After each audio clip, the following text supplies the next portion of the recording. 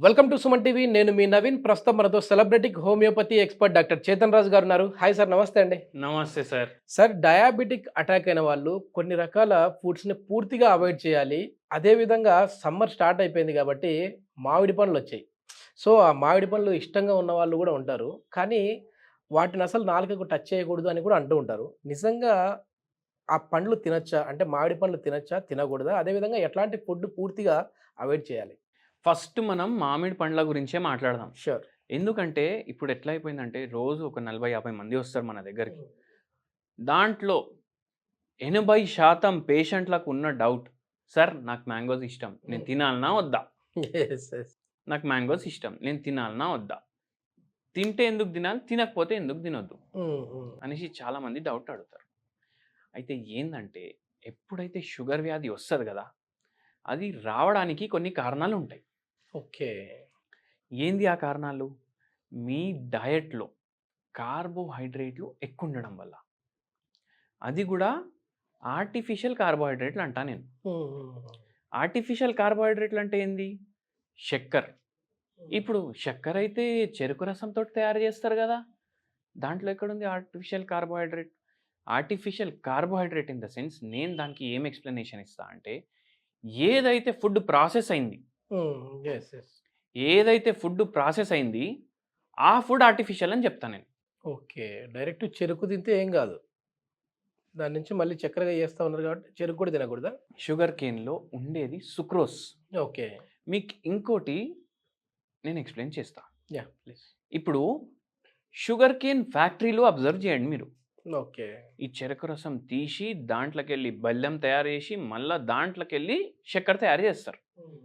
ఇవి ఎప్పుడు ఈ చెరుకు ఏదైతే ఉంటాయి కదా, దాని ఫామ్ దగ్గరనే ఉంటాయి. ఓకే. దూరం ఉండవు, దానికి దగ్గర ఉంటాయి. ఎందుకంటే ఒక్కసారి చెరుకు కోసిర్రు అనుకోండి, అది ఇమ్మీడియట్ పోవాలి ఫ్యాక్టరీకి. ఓకే. ఓకే. అయితే డిస్టెన్స్ ఎక్కువ ఉందంటే ఎట్లా పోతుంది? పోలేదు కదా, ఆడికి పోయినప్పుడు ఖరాబ్ అయిపోతుంది. అదే కాకుండా మీరు చూడండి, చెరుకు రసం తీసిర్రు అనుకోండి, ఇమ్మీడియట్ తాగాలి, లేదంటే పులిసిపోయినట్టుగా పులిసిపోయినట్టు ఉంటుంది. అయితే ఏంటంటే ఫ్రూట్స్ ఏవైతే ఉంటాయి కదా, దీంట్లో సుక్రోస్ ఉండదు. ఓకే. దీంట్లో ఫ్రక్టోస్ ఉంటుంది. ఇప్పుడు కార్బోహైడ్రేట్లో కూడా రకాలు ఉంటాయి. సుక్రోస్ అనేది ఏదైతే ఉంటుంది అది చెరుకు రసంలో ఉంటుంది. ఓకే. ఫ్రక్టోస్ అనేది ఫ్రూట్స్లో ఉంటుంది. అయితే ఫ్రక్టోస్ ఏదైతే ఉంటుంది కదా, మామిడికాయల్లో కూడా మనకు ఫ్రక్టోస్ ఉంటుంది. ఓకే. ఇంకోటి మీరు అబ్జర్వ్ చేయండి, ఇప్పుడు చక్కెర తీసుకొస్తారా మార్కెట్కి వెళ్ళి, ఎస్, ఎస్. ఒక డబ్బాలో నింపుకొని పెట్టుకుంటామా? అవును సార్. అది ఎన్ని రోజులు ఖరాబ్ అవుతుంది? ఖరాబ్ అవ్వదు సార్. ఖరాబ్ కాదు. ఎందుకంటే అది ప్రాసెస్డ్. ఇవి మామిడి పండ్లు తీసుకొని వచ్చినాం, బయట పెట్టినాం, రోజు 2 రోజుల్లో ఖరాబ్. 2 days కల్లా ఫ్రిడ్జ్లో పెడితే వారంలో ఖరాబ్. కానీ ఆర్గానిక్ మ్యాంగోస్ మీరు ఫ్రిడ్జ్లో పెట్టిన 2 రోజులకి పాడవడం స్టార్ట్ అవుతాయి. ఓకే. ఓకే. అయితే ఏదైతే మీరు ప్రిజర్వ్ చేయడానికి ట్రై చేస్తే కూడా ప్రిజర్వ్ అవ్వదు కదా, అవి తినొచ్చు. ఓకే. అంటే ఫ్రూట్స్ అన్నీ తినొచ్చు. ఇంకోటి ఇంపార్టెంట్ పాయింట్ ఏంటంటే, ఇప్పుడు మనం ఏది తిన్నా మనకు ఏంటంటే దాంట్లో ఉన్న పర్సంటేజ్ ఆఫ్ కార్బోహైడ్రేట్స్ లెక్క చూసుకోవాలి. ఓకే. ఓకే. అయితే ఏంటంటే ఇవి చూడ్డానికి చూస్తే ఫ్రూట్స్లో రైస్ కన్నా తక్కువ పర్సెంట్ కార్బోహైడ్రేట్ ఉంటుంది. రైస్ కన్నా తక్కువ పర్సెంట్ కార్బోహైడ్రేట్ ఉంటుంది. ఓకే. సపోటా గురించి సార్, ఎందుకంటే అసలు సపోటాని పూర్తిగా అవాయిడ్ చేయాలి అంటుంటారు కదా? పూర్తిగా అవాయిడ్ చేయాలంటారు, నేను దానికి కూడా వస్తాను. అయితే ఏమవుతుందంటే, ఎప్పుడైతే మనం మామిడికాయ తింటాం కదా, మామిడికాయకి కూడా గ్లైసిమిక్ ఇండెక్స్ ఉంటుంది. ఓకే. మామిడికాయకి కూడా గ్లైసిమిక్ ఇండెక్స్ ఉంటుంది. మామిడికాయది glycemic index rice glycemic index కన్నా తక్కువ ఉంటుంది. ఇప్పుడు ఇది ఎందుకు ఇట్లా అవుతుంది? దీంట్లో ఫైబర్ ఎక్కువ ఉంటుంది. అవును, పీచు పదార్థం. అయితే మీరు తింటే కట్ చేసుకోవాలి. ఇప్పుడు బేనిషాన్ పండ్లు తింటున్నారు, మ్యాంగో కట్ చేసుకొని ఒక కటోరలా తీసుకొని తినాలి. ఓకే. తప్పు ఏం చేస్తాం? అరే జర పులుపు ఉంది, చక్కెర వేద్దాం అనేసి ఒక చెంచా చక్కెర వేస్తాం దాని మీద. రొట్టెతో తింటాం, కర్డ్ రైస్లో కలుపుకొని తింటాం. అవును. ఆ పని చేయొద్దు. ఓకే. ఎందుకంటే ఆల్రెడీ దీంట్లో ఫైబర్ ఉంది, విటమిన్స్ ఉన్నాయి, కార్బోహైడ్రేట్స్. కార్బోహైడ్రేట్స్ ఉన్నాయి. మీరు ఇంకా ఎక్స్ట్రా కార్బోహైడ్రేట్లు యాడ్ చేస్తున్నారు. తింటే అట్లనే తినాలి, లిమిట్లో తినాలి. సగం పండు బై నేను అంతే తింటా. నేను దాని చైతన్ రాజు తర్వాత గారు అంటే తినను. Half meal. హాఫ్ మీల్ ఎందుకంటే నాకు ఇంతమంది వెయిట్ లాస్ కోసం వస్తారు, డయాబెటీస్ రివర్సల్ కోసం వస్తారు. వాళ్ళందరికీ నేను ఇది చెప్తున్నా, వాళ్ళకు చాలా మంచి రిజల్ట్స్ వస్తున్నాయి కాబట్టి నేను ఇంత కాన్ఫిడెన్స్గా చెప్తా. యెస్. అదే కాకుండా మీరు ఒకటి చెప్తా మీకు. ఒక పేషెంట్ వచ్చింది మన దగ్గరికి, కొంచెం సెలబ్రిటీ లెవెలే. ఎట్లా అంటే ఆయన ఏం పని చేస్తాడంటే పెద్ద పెద్ద కేటరింగ్లు చేస్తాడు. అయితే ఆయన ఏమన్నాడంటే ఒకవేళ పెళ్ళి బడ్జెట్ 3 కోట్ల కన్నా తక్కువ ఉందంటే నేను అది తీసుకోను. ఓకే. హైయెస్ట్ నేను చేసిందంటే 45 కోట్ల పెళ్ళి చేసిన. మళ్ళీ నేను తిరుగుతూనే ఉంటా లోకం. ఇది ఈవెంట్ ఆర్గనైజర్ అండి? Only catering. Caterings? Only catering. మళ్ళీ ఈ పేషెంట్ మన దగ్గర పూణే నుంచి వచ్చింది. ఓకే. ఓకే. అయితే ఏమవుతుందంటే ఈ పేషెంట్కి ఫంక్షన్లు ఉంటాయి. ఇంకా ఈయన ఓన్లీ ఇండియన్ పెళ్ళిళ్ళు చేయడు. ఓకే. కేటరింగ్ బయట పెళ్ళిళ్ళు కూడా చేస్తాడు.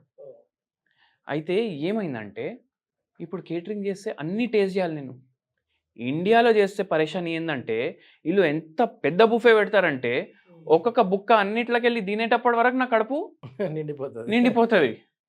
నేను అక్కడ తినాలని తినను ఇష్టపడి, అట్లా అయిపోతుంది. నెలలో ఒకవేళ సీజన్ స్టార్ట్ అయిందంటే నెలలో 40 రోజులు తినాలి నేను బయట. అంటే ఆయన ఏమంటున్నా అంటే అంత బిజీ ఉంటా నేను, ఒక్కొక్కసారి 2 పూటలు అవుతుంది. మళ్ళీ ట్రావెలింగ్ కూడా ఫుల్ ఉంటుంది నాకు. అట్లా ఆయనకు వెయిట్ ఫుల్ పుటాన్ అయిపోయింది. షుగర్ వ్యాధి వచ్చింది. మళ్ళా దాని తర్వాత ఆయనకి ఏమైందంటే కాళ్ళు ఉంటాయి కదా, కాళ్ళ తిమ్మిళ్ళు కూడా స్టార్ట్ అయ్యాయి. ఓకే. ఓకే. నిద్ర ఉంటలేదు సరిగా. అయితే ఈ పేషెంట్కి మనం కొన్ని డయట్ మోడిఫికేషన్స్ చేసినాం. ఓకే. ఏం తింటారు మీరు అంటే చపాతీ 2 పూటలు తింటా, ఒక పూట నేను రైస్ తింటా. టిఫిన్ తినారా అని అడిగినా నేను. మనకు ఏంది, మనం పేషెంట్ నోట్లోకి వెళ్ళి అన్ని మాటలు తీయడానికి ట్రై చేస్తాం. అయితే ఆయన ఏమన్నాడంటే సార్ మేము మహారాష్ట్రలో ఉంటాం, మాకు ఇట్లా టిఫిన్ అంటే అటుకులు తింటాం, వడాపావులు తింటాం, అవి ఎక్కువ తినొద్దు అనేసి మాకు డాక్టర్ చెప్పిండు. ఓకే. ఓకే. అందుకే మేము చపాతీలే తింటాం మార్నింగ్ కూడా ఓకే అనేసి అన్నాడు. సరే ఒక పని చేయండి, చపాతీలు ఆపండి, జొన్న రొట్టెకి షిఫ్ట్ అవ్వండి. 2 పూటలు మీరు చపాతీ తింటున్నారు, 2 పూటలు మీరు జొన్న రొట్టె తినాలి. ఓకే. మళ్ళీ నేను తినేది కూడా తక్కువ సార్ అన్నాడు. ఎన్ని చపాతీలు తింటారంటే మార్నింగ్ 2, ఆఫ్టర్నూన్ 2. సరే మీరు అట్లా తింటారు కదా, దాన్ని సగం సగం చేయండి. నైట్ మాత్రం మీరు ఏం చేయండి అంటే మీరు ఫ్రూట్స్ తినండి అని చెప్పిన. ఓకే. మళ్ళీ ఫ్రూట్స్ తిన్నాక డిన్నర్ ఏం తినాలి అని అడిగిండు ఆయన. ఇంకా డిన్నర్ ఎందుకు, ఫ్రూట్సే డిన్నర్ అని. ఓకే. ఆయనకు మన దగ్గర 3 years వాడి ట్రీట్మెంట్. 3 years. షుగర్ రివర్స్ అయింది, 30 కిలో వెయిట్ తగ్గింది. 30 కిలో వెయిట్ తగ్గింది. మళ్ళీ ఈ తిమ్మిళ్ళు మంటలు ఇవన్నీ 4 నెలల్లో పోయినాయి. ఓకే. స్టార్టింగ్లోనే నిద్ర సరిగా రాకపోతుండే, నిద్ర మంచిగా రావడం స్టార్ట్ అయింది.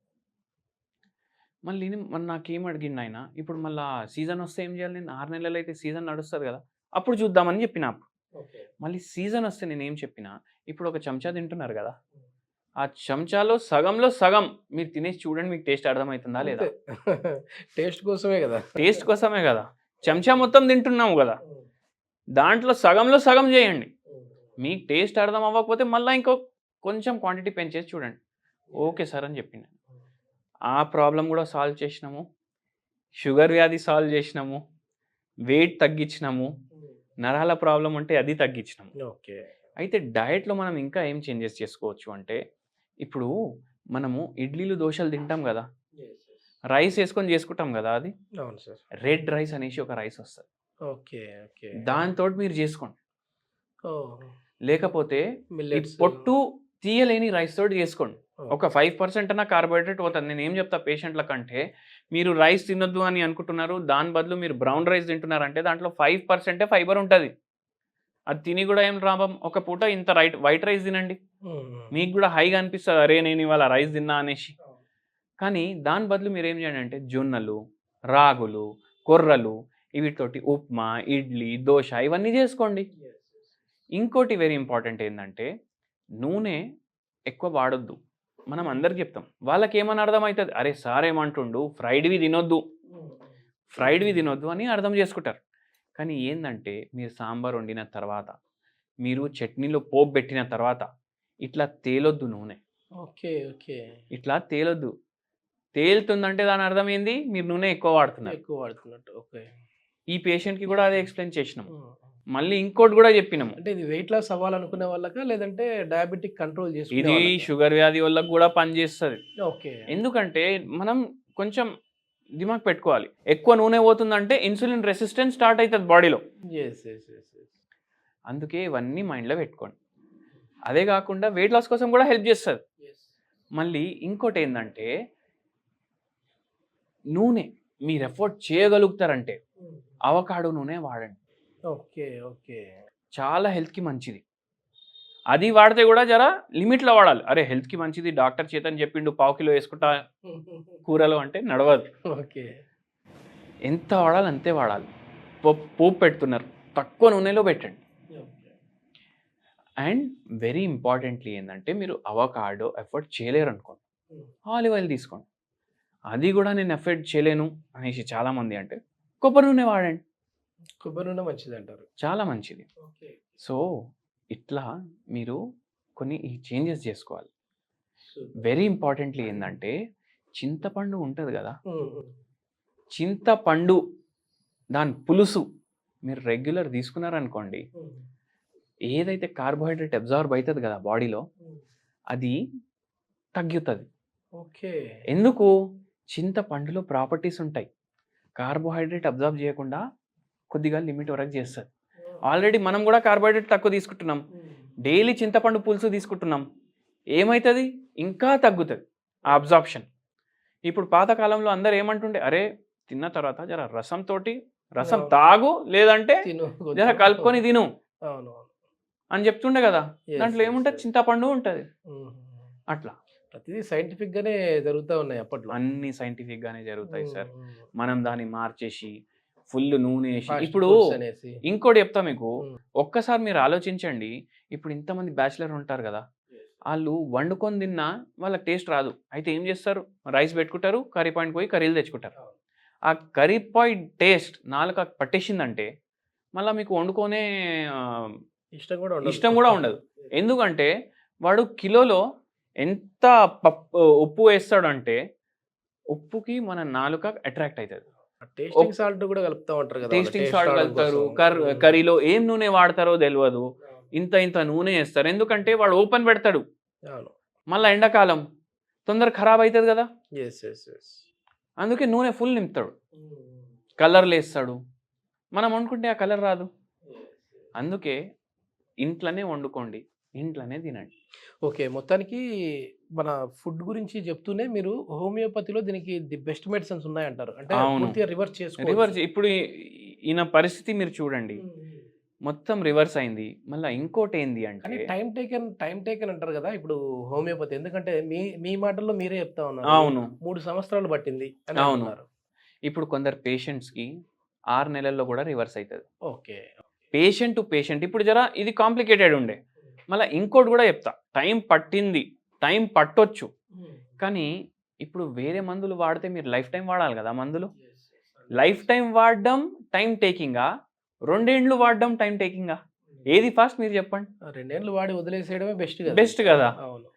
ఇదే ఫాస్ట్, వేరే కాంప్లికేషన్స్ రావు కదా సార్. వేరే కాంప్లికేషన్స్ రావు. మళ్ళీ ఇంకోటి ఏంటంటే మా పాపకు కూడా జలుబు వచ్చినా, దగ్గు వచ్చినా, ఏదొచ్చినా మేము హోమియోపతి మందులు వాడతాం.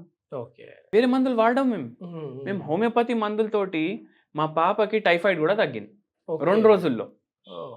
అయితే ఫాస్ట్ గానే క్యూర్ అవుతా ఉంది. మరి ఎక్యూట్ రోగం ఉంటుంది, క్రానిక్ రోగం ఉంటుంది. ఎక్యూట్ రోగం అంటే వస్తుంది తొందరగా పోతుంది, లేకపోతే మనిషిని తీసుకొని పోతుంది. అంటే ఇప్పుడు కోవిడ్ ఎక్యూట్ ఫాస్ట్గా వచ్చింది.